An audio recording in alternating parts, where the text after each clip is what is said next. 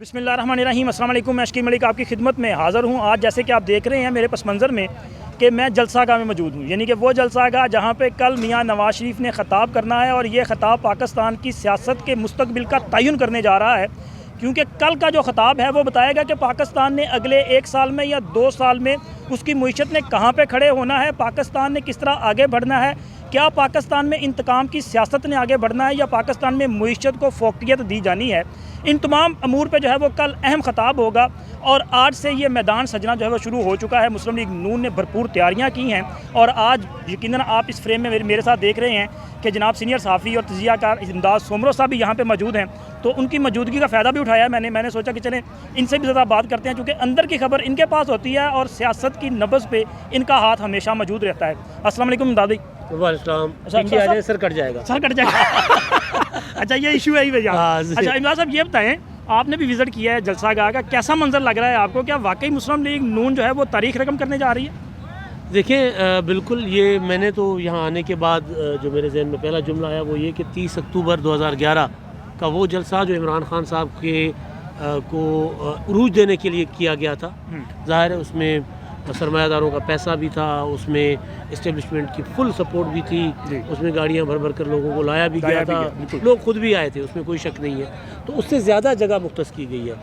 तो ये जलसा ज़ाहिर है पाकिस्तान के फ्यूचर का तो खैर तयन होगा ही होगा, लेकिन नवाज़ शरीफ साहब के फ्यूचर का तयन जिनके लिए कहा जा रहा था कि जी उनकी सियासत ख़त्म हो गई, या ये जो कहा जा रहा था कि जी 16 माह की जो हुकूमत है उससे मुस्लिम लीग नून जो उसकी कारकर्दगी के नीचे दब गई, तो मेरा ख्याल है वो जो दब गई थी मुस्लिम लीग नून वो यहाँ से मुझे उठती हुई नज़र आ रही है। बिल्कुल ऐसा ही है, मुझे भी ये लग रहा है। मैंने भी जो विज़िट किया है वो जलसा भी हमने देखा था, तब तो खैर ये ग्राउंड की सिचुएशन कुछ और थी, तब ये सड़क यहाँ से नहीं इधर से गुजरती थी, तो लेकिन ये जो टोटल एरिया है वो उससे कहीं ज़्यादा है। और मुस्लिम लीग नून लाहौर में जलसा करे और वो जलसा कामयाब ना हो, मेरा ख्याल है ये मुमकिन नहीं है। और फिर मियाँ नवाज शरीफ खुद अगर हम तो ये समझते हैं शुरू से, लेकिन नून लीग वालों को बड़ा डर लगा हुआ था। वो डर रहे थे, बड़े डरे सी विचो कि यार पता नहीं जिस दोस्त से बात करें यार लोग आएंगे कि नहीं आएंगे, यार क्यों नहीं आएंगे। 4 साल नवाज शरीफ जलावतन हुए हैं, नवाज शरीफ ने ज़ाहिर है ओवरऑल पाकिस्तान के लिए और पंजाब के लिए बहुत कुछ किया, तो वो उनकी कारकर्दगी लोगों के सामने है। और आप देखिए ना मुस्लिम लीग नून क्या कर रही है, नवाज शरीफ साहब क्या कर रहे हैं, वो 2018 का जिक्र नहीं कर रहा है, वो 2017 तक है, 17 तक है, वो अपनी टर्म तक की बात कर रहे हैं, जब तक वो इक़्तिदार में आए और सहूलतकारी से उनको निकाला गया तब तक की बात। और जब तक उनके वो वज़ीर आज़म अब्बासी साहब जो है ना, उनके दौर को भी वो नहीं गिन रहे, बिल्कुल नहीं गिन। वो ज़ाहिर है वो अपना उनका जो अपना दौर था जिसमें नवाज शरीफ वज़ीर आज़म थे जी, वो उस दौर को काउंट कर रहे हैं, दूसरे दौर को काउंट ही नहीं कर रहे। तो लिहाजा उन्होंने वो जो GDP वो कह रहे हैं उस वक्त हम 5-6% पर ले गए थे, अपना जो थी महंगाई 3% पे हमने रोकी हुई थी, डॉलर को 100 रुपए के आसपास हमने 105 रुपए के करीब हमने नथ डाली हुई थी। तो नवाज शरीफ साहब उस चीज़ को का जिक्र कर रहे हैं, तो जाहिर है वो लोगों में वो अपनी पुरानी कारकर्दगी जो है उसको सेल करने की कोशिश करेंगे। हाँ, कितने कामयाब होते हैं ये भी एक सवाल है। मेरे जहन में ये भी आ रहा था, देखें कि वो कुदरत का इंतकाम है शायद ये, कि आज मियाँ नवाज शरीफ के इस्तकबाल की तैयारियां हो रही हैं, मियाँ नवाज शरीफ सियासत में प्लस होके आ रहे हैं, और इमरान खान साहब जिनको सहूलतकारी से लाया गया था आज वो जेल में हैं और उनको सज़ाएँ जो है वो मुंतज़िर हैं सज़ाओं के। बल्कि ये कहा जा रहा है कि शायद उनका ट्रायल फ़ौजी अदालत में होने जा रहा है, फ़ौजी अदालत में होगा और इलेक्शन सर पे हैं, लेकिन कहीं तहरीक इंसाफ नज़र ही नहीं आ रही। आपको क्या लगता है ये कि मकाफात अमल है या कि तहरीक इंसाफ की सियासी जमात थी ही नहीं, सिर्फ एक हवा का बुलबुला था जो फट गया? आर्टिफिशियल देखिए ना, आर्टिफिशियल चीज़ जो होती है, फार्मी मुर्गी की उम्र ज़्यादा नहीं होती, तहरीक इंसाफ जो वो चल भी नहीं सकती। हाँ, वो चल भी नहीं सकती ज़्यादा देर, सहारों के बगैर वो नहीं चल सकती थी ना। अब देखिए एक बंदा आके प्रेस कॉन्फ्रेंस कर रहा है, अब शेख रशीद साहब असली और नस्ली, वैसे मेरे अपने भी व्लॉग में जुमले मुझे नहीं आ रहे थे, वो जो कहते थे असली और नस्ली हूँ मैं, असली और अच्छा नस्ली, वो फार्मी से भी ज़्यादा गए गुजरे निकले। तो उन्होंने अब वो भी प्रेस कॉन्फ्रेंस अपना एक इंटरव्यू देने जा रहे, और शेख रशीद के इंटरव्यू के लिए मैंने प्रेडिक्ट किया हुआ है, हो सकता है मेरी बात गलत हो, मेरा तज्जिया है कि शेख साहब का इंटरव्यू इमरान खान को ज़ाती तौर पर डैमेज करेगा, ज़ातियात के ऊपर, अखलाकियात के ऊपर, उनकी घर गृहस्थी के ऊपर। उसके बाद खावर मानिका का इंटरव्यू है, तो चक्कर जो इमरान खान साहब ने दिए थे वो वापस आ रहे हैं उनको। अब वो चक्कर देते हैं ना, वो कहते नहीं किन्ने के चक्कर देते हैं, वो कहते हैं इन्ने पे उत्तर हम वापस ले, डबल आ रहे हैं। अभी होने जा रहा है, मतलब शेख साहब की अगर बात करें तो शेख रशीद वो बंदा है कि जो जिसके साथ भी था उसकी आप पुरानी वीडियो देखें तो वो मियाँ नवाज शरीफ के जब साथ थे तो कहते थे कि जी मियाँ नवाज शरीफ इस मुल्क का निजात दहिंदा है। बड़ी अच्छी बात की है इमदाद साहब ने कहा है कि तहरीक इंसाफ एक फार्मी ब्रायलर मुर्गी थी जिससे उठा भी नहीं जाता। तो मैं ये सोच रहा था कि अगर इमरान खान और उनकी जमात जो है वो ये ब्रायलर चूज़ा था तो फिर शेख रशीद तो वो ब्रायलर जो है वो क्या कहते हैं कट्टा बच्चा ही होगा।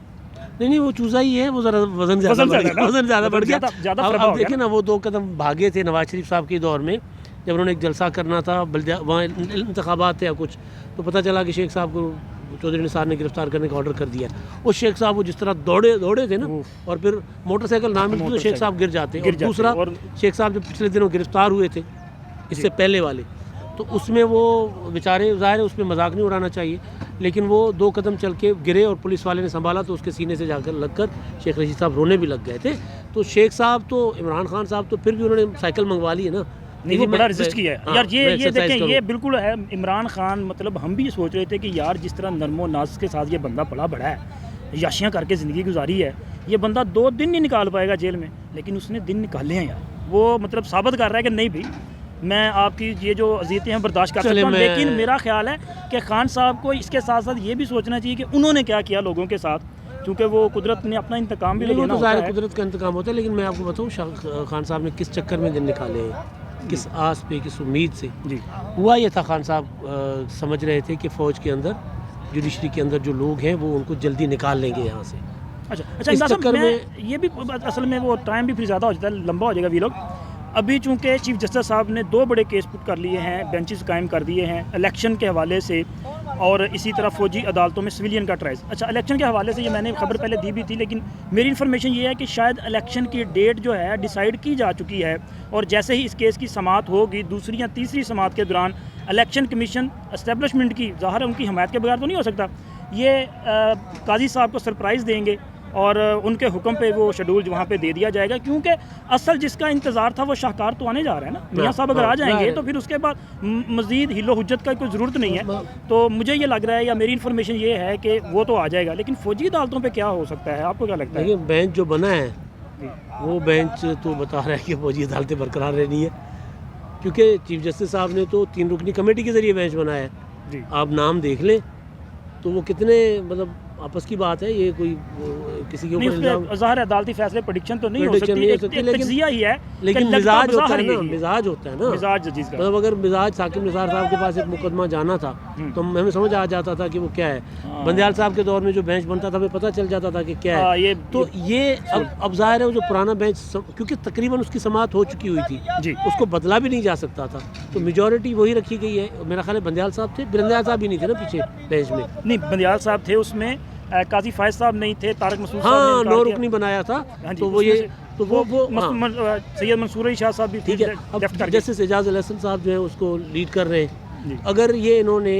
फ़ौजी अदालतों को उड़ाना था, फ़ौजी अदालतों का जो फैसला कलअदम करार देना था फ़ौजी अदालतों को, तो उसको क्यों नहीं दिया, इंतज़ार क्यों करते रहे? और अब तो ट्रायल चल रहा है, अब तो ट्रायल भी शुरू हो गए हुए, कह रहे हैं कि बल्कि अदालतें बन गई हैं, तब तो नहीं बनी थी। अब तो प्रॉपर मेरा ख्याल है एक ब्रिगेडियर है या एक कर्नल है और 2 मेजर, वो अदालतों के लिए मुख्तस भी हो गई है 3 अदालतें, तो सिलसिला तो चल पड़ा है। मुझे लग रहा है कि जो बेंच है उस बेंच की हैयत जो है ज़ाहिर है वो हुई है 2-3 की अक्सरियत। अच्छा, बिल्कुल आखिर में आपको क्या लगता है कि कल लाहौर का मंजर कैसा होगा?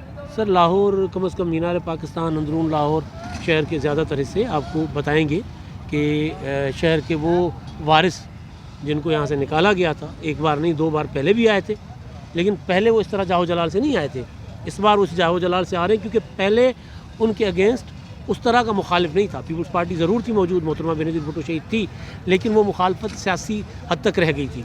एक इवेंट आपने और मैंने दोनों ने इकट्ठे कवर किया था, आपके इल्म में होगा कि जब चीफ जस्टिस इफ्तिखार मोहम्मद चौधरी साहब की बहाली की तहरीक चल रही थी और पीपल्स पार्टी का दौरे हुकूमत था, और उस वक्त भी मियाँ नवाज शरीफ साहब ने फैसला किया था कि वो लॉन्ग मार्च लेके निकलेंगे, तो उनको रोक दिया गया था। वो मंज़र आपने अपनी आंखों से देखा था कि जब मियाँ साहब ने अपने घर से निकलते हुए कहा था कि मैं अपने वादे के मुताबिक निकल रहा हूँ, अब आप निकलें, वो ज़रा मंजर थोड़ा सा आपने वो तो ये था कि मॉडल टाउन से उनकी जो बसें खड़ी हुई थी इंतज़ामिया की, पुलिस की, वो हटी हैं, बल्कि हटाई गई उनके कारकुनों ने।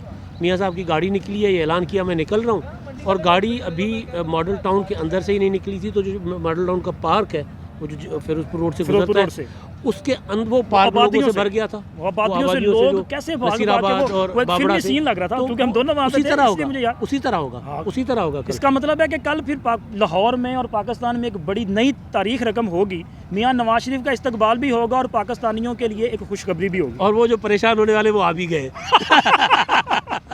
चले जी, अब तक के लिए इतना ही, इंशाल्लाह मिलते हैं अगली वीडियो में। अल्लाह हाफिज़।